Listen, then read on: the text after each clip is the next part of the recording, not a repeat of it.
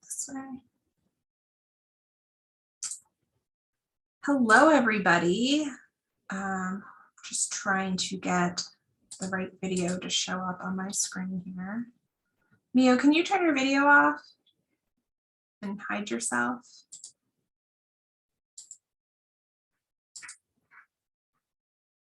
All right. There we go.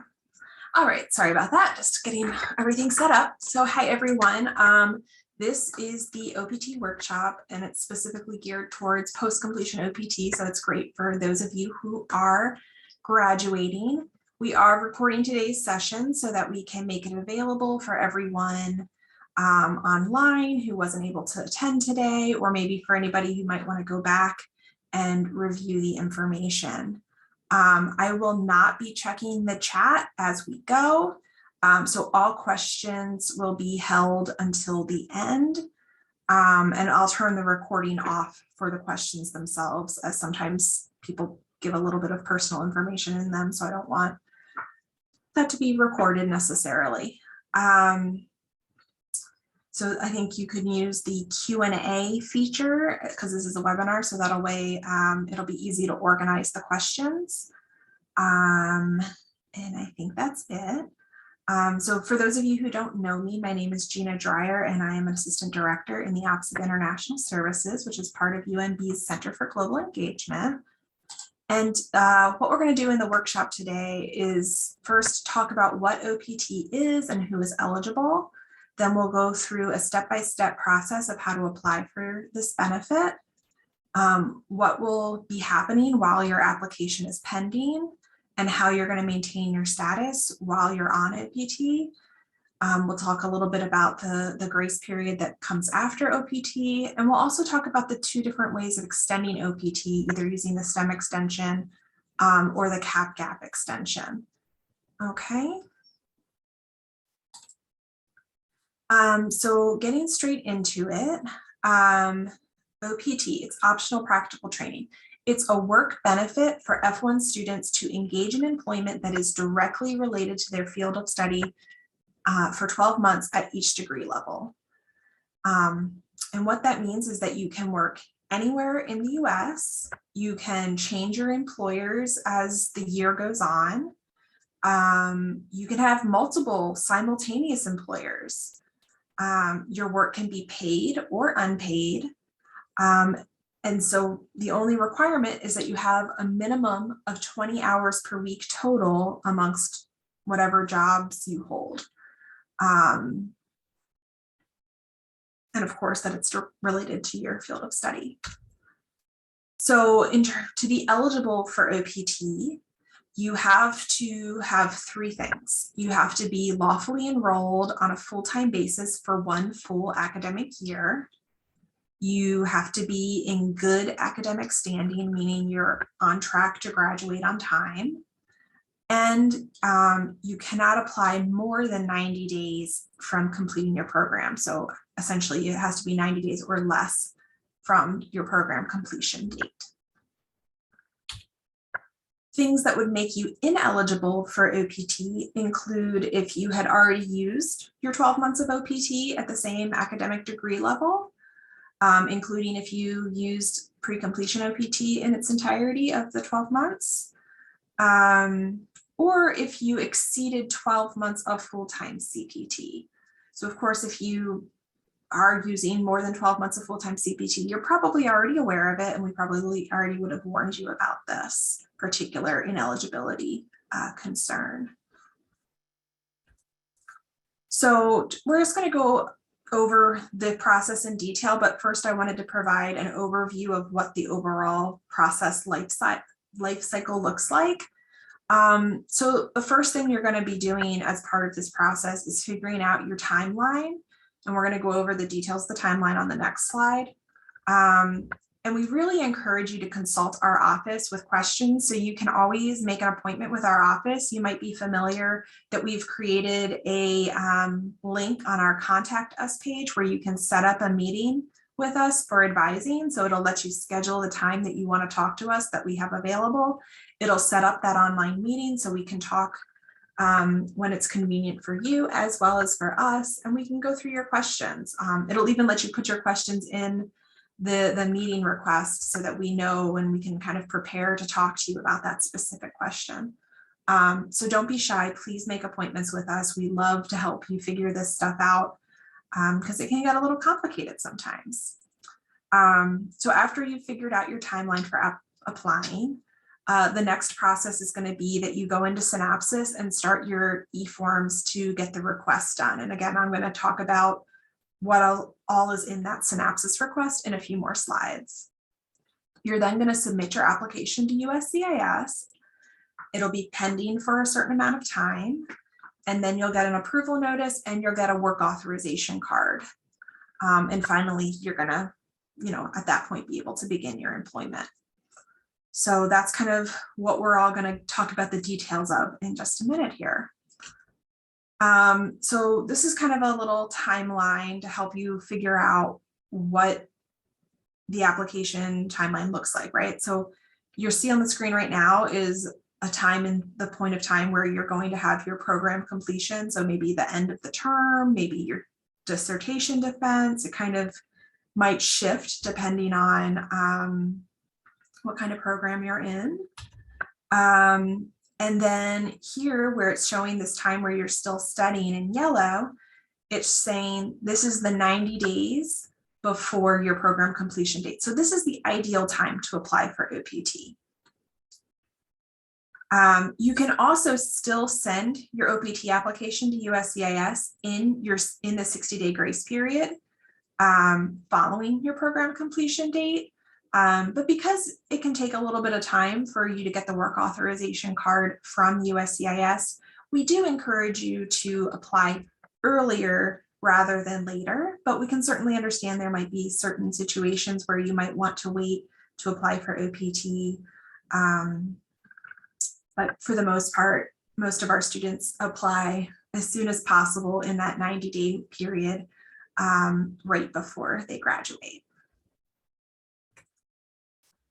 And the other thing to talk about is when you set your start date, right? So when you're at the time you're making your application and preparing your application to go to USCIS, you actually have to tell us what day you want to be able to start your employment. And you can request that start to be anywhere from the day after your program completion date up until 60 days after your program completion date. So essentially your work authorization start date that you decide when you want it to be would be anywhere in that red space where it says 60-day grace period. Another thing to keep in mind about OPT is that there is an allowance for unemployment time, and they actually allow you up to 90 days to be unemployed, and that can be, that's cumulative. So if it could be a little bit at the beginning of your 12 months of OPT, it could be somewhere in the middle, it could be on the end, but they give you that 90 days total that can get added up to give you some time to maybe a job didn't work out and you need to find a new job. Maybe you need more time to find your job. Maybe paperwork got slowed down at the employer and your background check took too long and you're pushing a start date back for that reason. There's lots of reasons that you might need this buffer time of unemployment time. So it's a really great rule that is built into this particular OPT regulations. Let's see.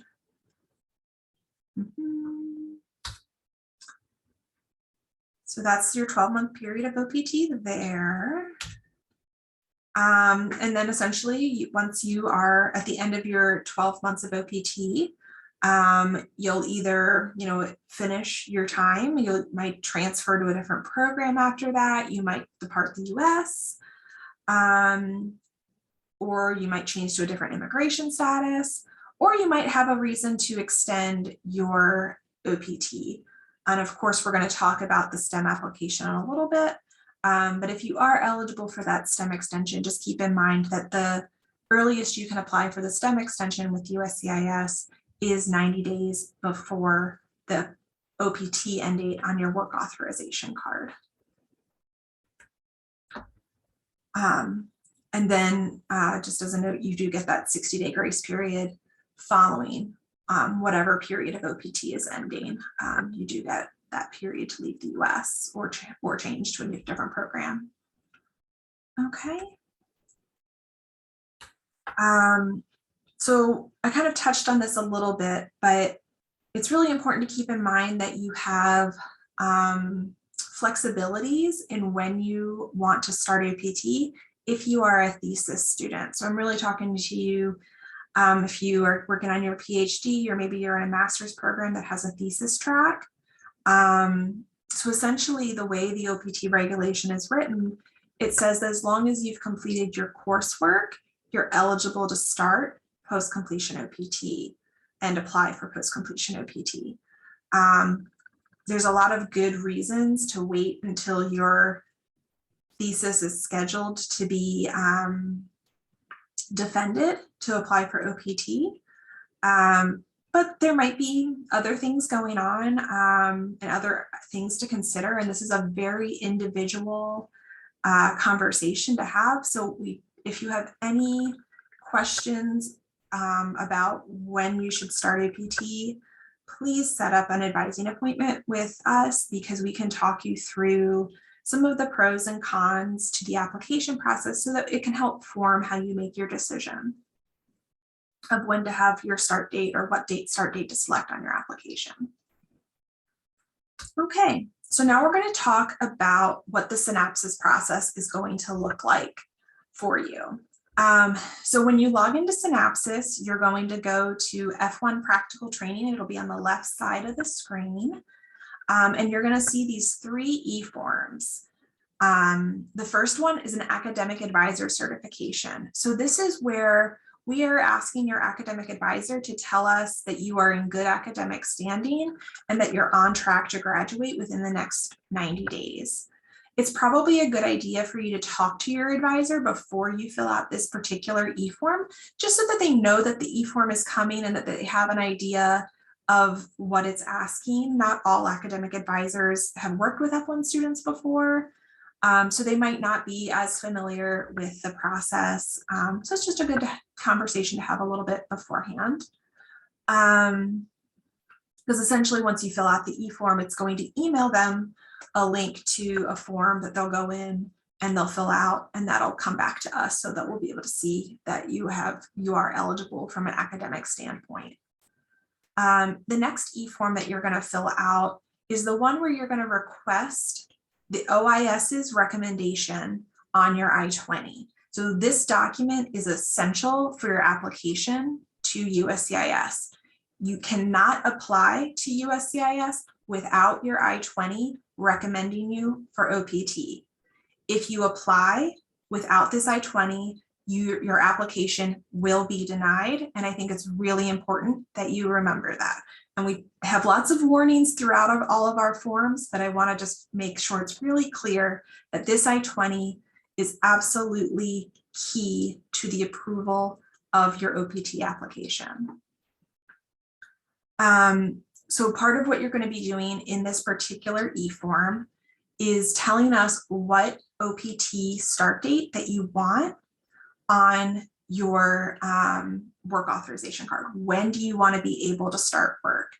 So this is where I say again and reiterate, if you have any questions, any concerns, if you want to just discuss it with people who've had this conversation lots and lots of times, please set up that online advising meeting with us so we can help you come to a decision, because we can do that before you complete this e-form, okay? Once we send you the I-20 recommending you for OPT, and we can do that online now, so we're moving forward, the US government has allowed us to issue all of our I-20s and email them electronically. We're allowed to put electronic signatures on them. You'll need to print and sign them yourself, but they are letting us do them electronically forever into the future now. They've put that into policy. So that'll make it really easy for you to get the I-20 from us, especially if you're not on our campus. So the next part of the process is doing the online application review. So USCIS has moved their process to an online application process, which is really convenient for a lot of different reasons. And we have lots of resources built into this online application review e-form that will help you prepare your application on the USCIS website. And what you'll do in this e-form is work through the USCIS process and get to the point before they ask for you to put in either your checking information, your bank account information, or your credit card information. So you don't want to pay the fee yet, but it's going to let you fill everything out and upload all of your different documents that are associated with this application.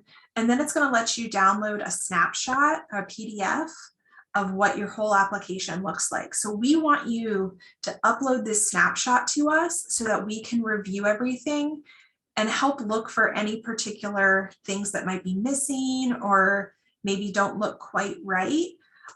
So it just really gives you a chance to kind of feel a lot more comfortable that you have properly prepared your application and that there's nothing, you know, that we see as like being a major missing point, okay?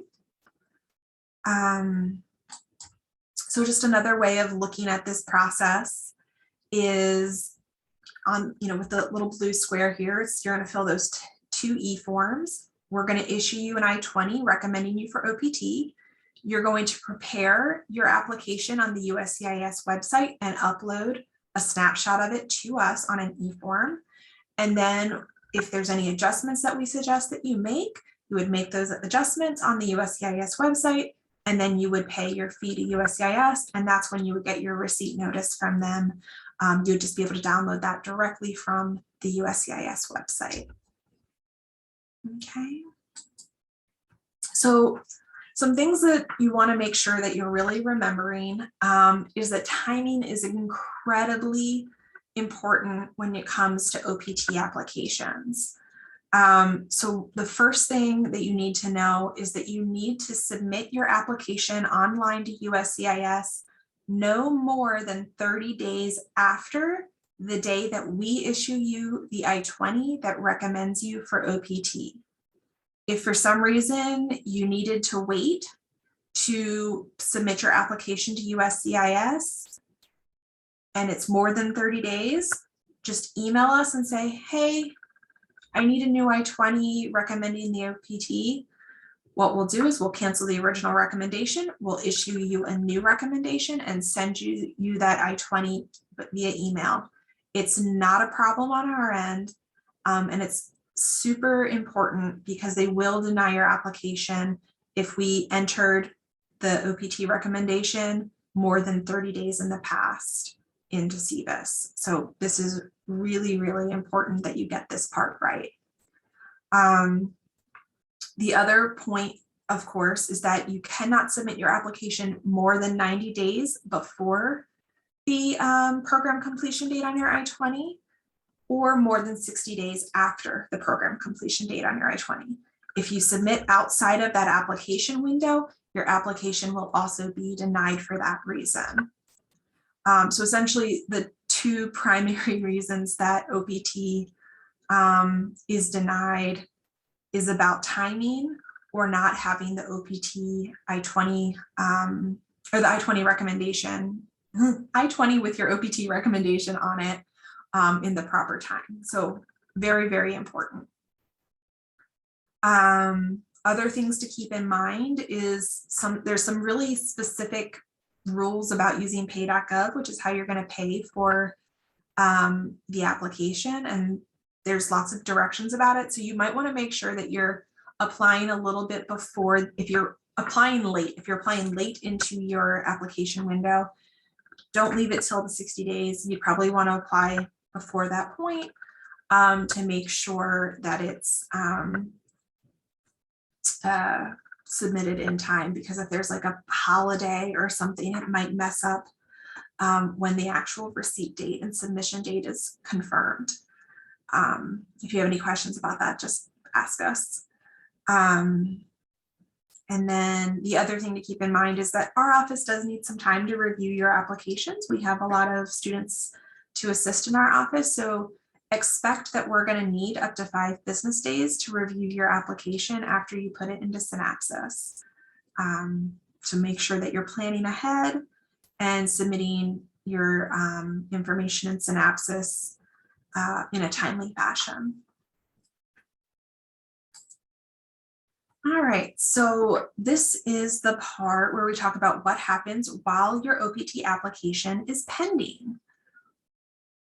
So you are allowed to stay in the US past your program end date as long as your application is pending, and also past the 60-day grace period. So if you filed your OPT during the window, the application window, you can stay in the US while that application is pending and until it is adjudicated. Of course, if it's approved, then you'll be able to work.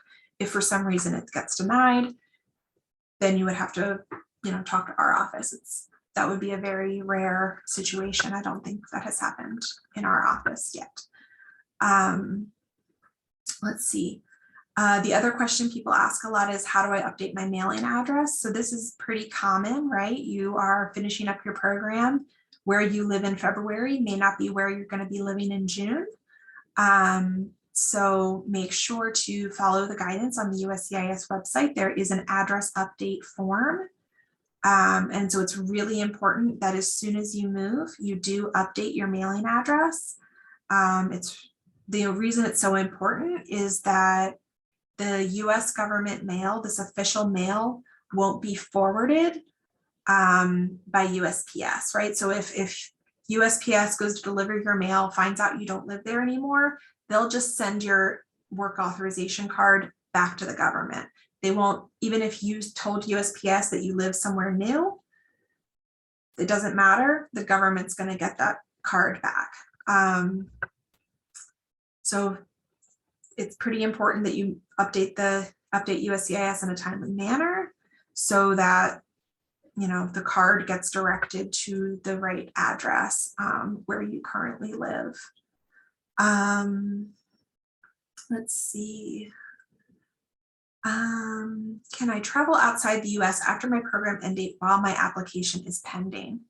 So we don't really recommend this, right? So it's a really good idea to hold off on any travel until after your OPT gets approved. Because the idea is that you should be in the country at the time on the date that your application is being approved and mailed to you. Of course, if you ever have questions about travel, we definitely encourage you to set up a meeting with our office. In fact, because of how crazy everything's been with the pandemic, we even have a travel reporting e-form, and we're asking everybody to fill out our travel e-form before they travel so that we can advise you, because it's been a wild ride. All right, so once your application is approved, you're going to get both an approval notice in the mail, followed shortly by your work authorization card. So here's kind of a mock-up of what a work authorization card looks like. You want to make sure you're checking for errors, make sure that your name is spelled correctly, that your country of birth, that your date of birth is all correct. Make sure the dates are right. So sometimes they put the wrong validity dates in. Sometimes they give you 2 years when they're only supposed to give you 1. Sometimes they give you like a year in the past or a year in the future. Like, they make typos. They're human just like anybody else, and things get messed up in their system sometimes. But if there are any problems, let us know. We can help you navigate the process to get the corrections made. And it's really important that you correct any problems that are on the work authorization card as soon as possible. Another thing that you can expect is that you will get an email from SEVP asking you to create a portal account. So they have created this way for you to directly report your employment and your address changes to them through this SEVP OPT portal. Keep in mind that this is completely optional. It's not a scam. I know there's lots of other immigration scams out there, but this is not a scam. And like I said, it's optional. And we would still really appreciate if you just report in Synapsys to us. So we have practical training, F-1 practical training, OPT reporting, e-form in Synapsys. And, you know, whenever we get those e-forms from you, we go right into CVIS and put that information in. So we're doing all of the reporting for you. And that makes sure that the information that we have the information that we have in Synapsys matches what's in CVIS. Because if you go into the SEVP portal and update things, but we don't actually get that information from CVIS directly into Synapsys, Synapsys might be sending you all these automated reminders like, hey, you need to report your employment. Are you unemployed? And you might freak out because you might think, oh God, I thought I reported this to the government, right? Well, you probably did report it to the government. The government probably knows, but Synapsys doesn't know. And that's why you're going to get those kinds of emails. So always just report in Synapsys no matter what. And if you want to use the portal, feel free to do so. Okay. So a couple things to keep in mind about how to maintain your status while you're on OPT is that you, just like you do right now, you need to report all of your address changes or contact information within 10 days of those changes. So if you move, if you get a new phone number, if you're using a new email address, you have to let us know. And like I said, there's that OPT reporting e-form. It's in Synapsys, and it's a great way to let us know of that. You also need to let us know of any employment changes in that same time period. So if you get a new employer, you have to let us know. If you stop working at an employer, you have to let us know, all within 10 days of those changes. Like I mentioned earlier, you cannot exceed 90 days of unemployment, and that unemployment time is covered within the authorization dates that you see on your work authorization card. And finally, you do need to be working more than 20 hours per week. There are some temporary accommodations for that due to the pandemic, but I believe those are ending at the end of this academic year. And we don't know if those will be renewed. So plan to be working more than 20 hours per week. Okay.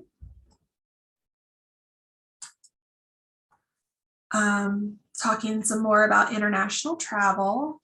Just a reminder that you still will need to have your valid visa for any reentry from international travel, unless you're traveling pursuant to the automatic visa revalidation rules that allow individuals from countries that are not on the state sponsors of terrorism list to travel to Canada, Mexico, or the Caribbean islands for 30 days or less, as long as they don't make a visa appointment while they are gone.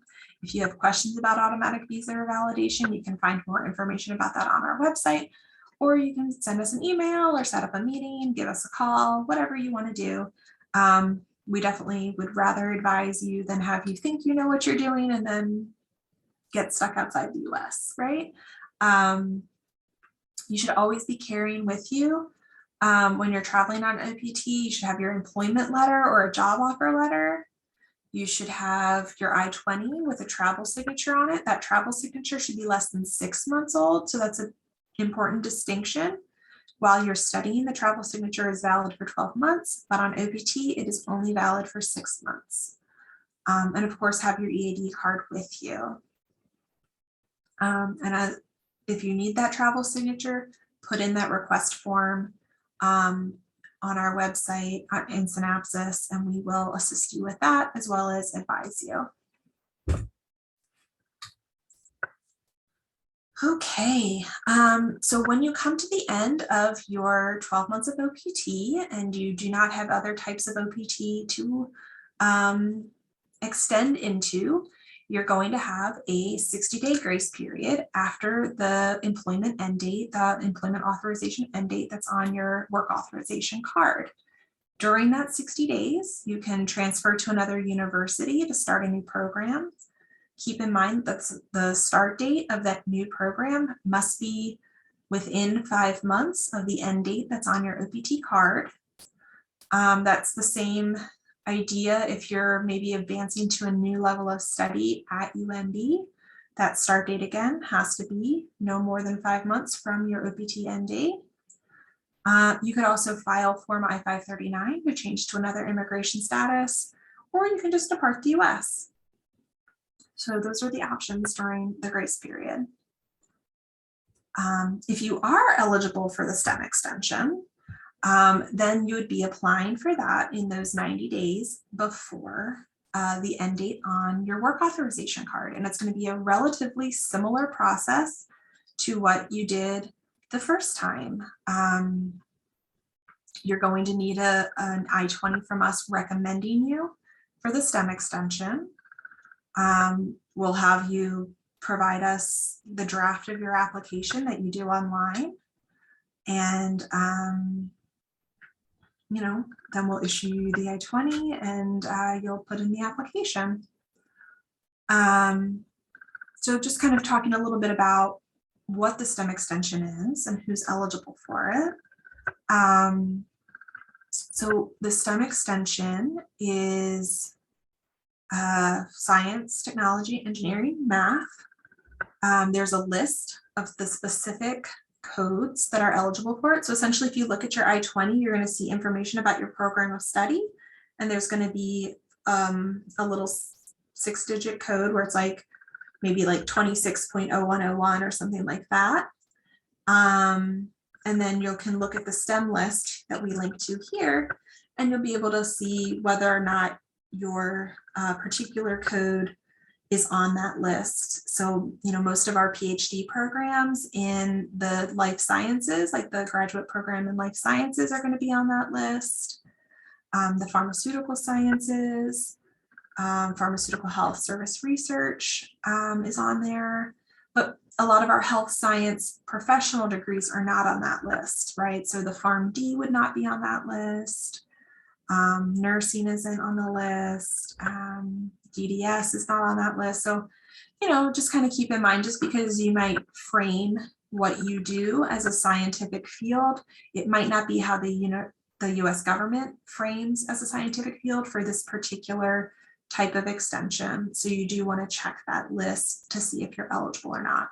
And of course, you can confirm that with our office if you're not really sure what to look for.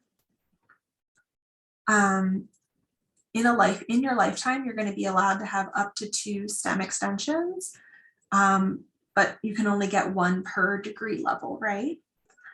So if your first time applying for the STEM extension is from your PhD, then you're only going to get that 1 STEM extension in your lifetime, because you can't go backwards in terms of levels of study for OPT purposes.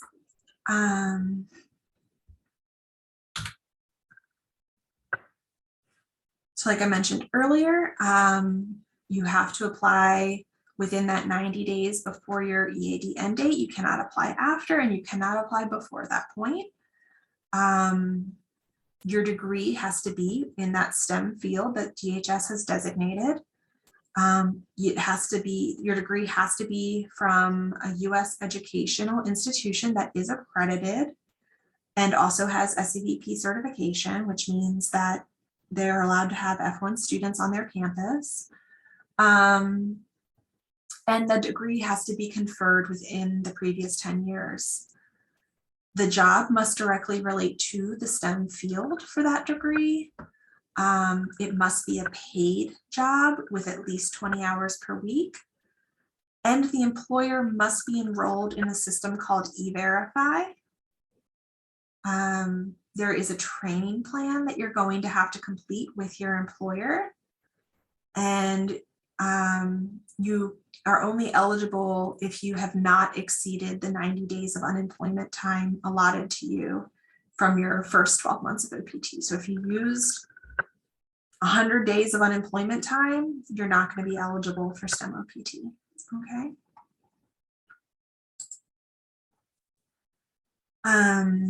So some other things to keep in mind that are about the STEM extension. As long as you timely file your application, meaning that USCIS receives it before your work authorization end date, they will automatically extend your work authorization for 180 days beyond that current EAD end date while you're waiting for that new card to come. Another thing about the STEM extension is that they expand the amount of unemployment days that you get to 150 for the aggregate 36 months of OPT, right? So that's for the 12 months plus the 24 months of the STEM extension for a total of 36 months. There's extra reporting requirements while you're on STEM OPT. So every 6 months, you need to tell us that you're still working, that you're still living where you're living. So we'll have little reminders automatically sent to you from Synapsys. Again, it's very important we have your current email address so that you get those reminders from us. There's also annual self-evaluations. So once you're 12 months into the STEM OPT extension, you're going to have to do a self-evaluation that's signed by your employer. And then at the end of your OPT, your STEM OPT, the same thing. If you're leaving an employer, you have to also do a self-evaluation. So it's very important. And of course, you're going to have to continue to report any changes within the 10-day period, which is required by all F-1 visa holders. And then the other thing to keep in mind is that you're going to have to report material changes, and you're going to have to update the Form I-983 training plan for anything that changes. If you're changing jobs, you're going to need a new training plan for the new job. So there's definitely a lot more details to manage when you're on STEM OPT. So very important to connect with our office and make sure that you understand what you need to do and when you need to do it, because you want to make sure that you're properly maintaining your status, especially if you're thinking about staying in the US beyond your F-1 status. You want to make sure that you have followed all the rules properly. Okay, so the next thing I'm going to talk about is the cap gap, what's called the cap gap extension of OPT. So this is something that is referring to individuals who have pending cap subject H-1Bs. So I first feel like it's really important for you to understand what is a cap subject H-1B, what am I talking about, and what that timeline looks like, so you can kind of understand why there's this cap gap extension. So the first thing to talk about is what's an H-1B. So that's an employment visa that your employer files a petition to USCIS that says, I want to employ this individual to do this specific job. And for private employers, there is a cap on the number of H-1Bs that, total in the US that they're allowed to have, right? So I think it's something about 85,000 maybe is that number. So if you're a pharmaceutical company, a dental practice, a law firm, they're all going to be subject to this cap of visas. So they have to follow this specific procedure. I'm actually going to kind of work backwards from the bottom up because I think it kind of makes a little bit more sense. So on October 1st of every year, that's the start of the federal fiscal year. And so that's when that cap, that's when those 85,000 H-1B visas become available. And that's the earliest start date that those visas can start, is at the beginning of that fiscal year. The earliest that you can apply for one of those visas is 6 months before the start date. So that gets us to the green thing in the middle, right? So April 1, that's the earliest an application for a cap subject H-1B can be filed with the US government.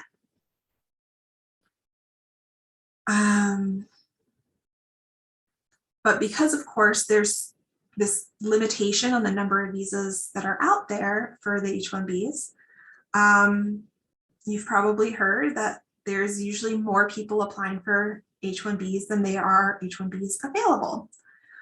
So they've come up with this registration period, and that's what happens in March of each year. So essentially there's a system now where the employer can enter into a system, into a government system. I want an H-1B for this person to do this job. I want an H-1B for this other person to do this other job. And they ask for, they tell the government what H-1Bs they think they're going to need for the next year. So they do this whole process. And so all of these employers are doing that in March, and they're sending that to the government. And then the government's going to close that registration window at some point in March. And then they're going to do a random selection process, and they're going to pull out, the different registrants within that cap number, the 85,000. And then they're going to send notification to the employer that says, you can file for this person, or you were not selected for this person, right? So that's kind of what's happening in March. So this is just the overall kind of timeline of things. So you can kind of understand the next part, which is the cap gap extension. So if you are working with your OPT card, say your OPT is ending July 1st, but your employer filed an H-1B petition for you. They got selected in the registration period, and they have sent your application to USCIS. USCIS has received that petition. But of course, that start date for that H-1B isn't going to be till October 1st. But your OPT ends on July 1st. Well, that doesn't make sense, right? So actually, that's what this cap gap extension is. It's the government's way of saying, hey, we don't want to interrupt somebody's employment. So we're just going to say their work authorization is extended until October 1st when they can start on their H-1B. So that's essentially what a cap gap extension is.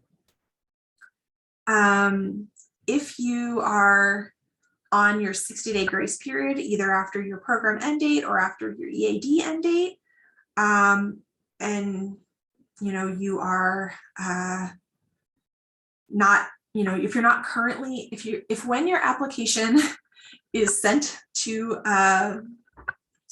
your H-1B petition is sent to USCIS, if you're on your grace period on that date, then the cap gap extension only allows you to continue to stay in the country. It does not allow you to continue work because you weren't working. Does that make sense? So you only get to continue working if you're working on the date that, if you're authorized to work on the date that USCIS receives your H-1B cap subject petition. I hope I explained that well. I know it's really complicated. And I think a really important thing to keep in mind is that your employer's attorney that's who is going to be advising you about everything on H-1B.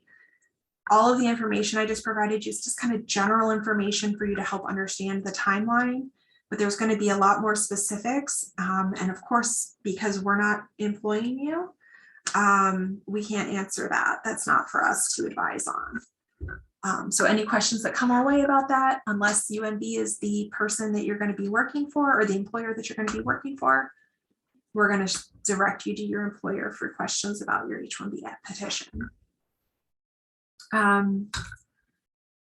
Just a couple notes about what to do if you would want to get the documentation about your cap gap extension. You will need to upload a copy of your receipt or approval notice into our e-form for the cap gap extension in Synapsys, and then we'll be able to generate an I-20 for you that indicates that you have that continued authorization. And of course, when you're on an F-1 cap gap or F-1 OPT cap gap extension, you follow those F-1 visa rules up until the H-1B status starts. All right. Whew, that's always such a mouthful to talk about. All right, so that comes to the end of my prepared slides. We're going to go into the questions. I'm going to stop the recording in just a minute, but just, email us, call us, book an appointment with us. We are super happy to talk to you and help you figure out, what you want to do for your OPT. So with that, I'm going to stop the recording.